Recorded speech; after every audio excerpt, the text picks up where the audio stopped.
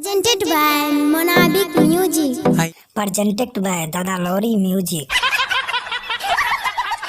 प्रणाम हाराओ के स्वागत है बिल्लू मैथिली कॉमेडी में आपके लिए फिर से रोस्ट वीडियो लाकर तो और पूरा वीडियो को देखो और मनोरंजन उठाओ।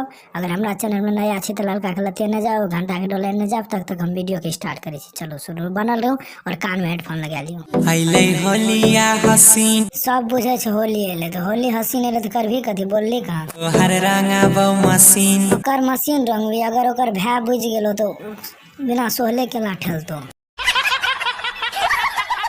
तोरा देखी पिचकारी देख के तोर पिचकारी केना करे छो, देखी पिचकारी हमर करे टीन कथी में रंग लेबे और छोरी के कथी फाड़बे। बाल्टी में रंगवा बचाई देबोगे बावन गज के लंगा होलिए में फाड़ देबोगे।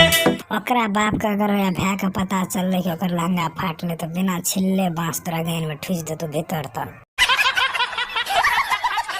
By Gaurav Thak. Singing by जीज वकील ठाकुर।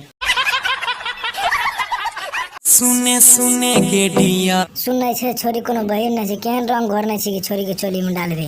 घर ने छिए रंगवा बाल्टी में लाल पियर छोरी लाल पियर रंग ने डाल दे छो तो गाय के गोबर घोर दिया भर चोली भर अथी ठुस दे, मन छोरी के जगह पर अपने आप चल जेते।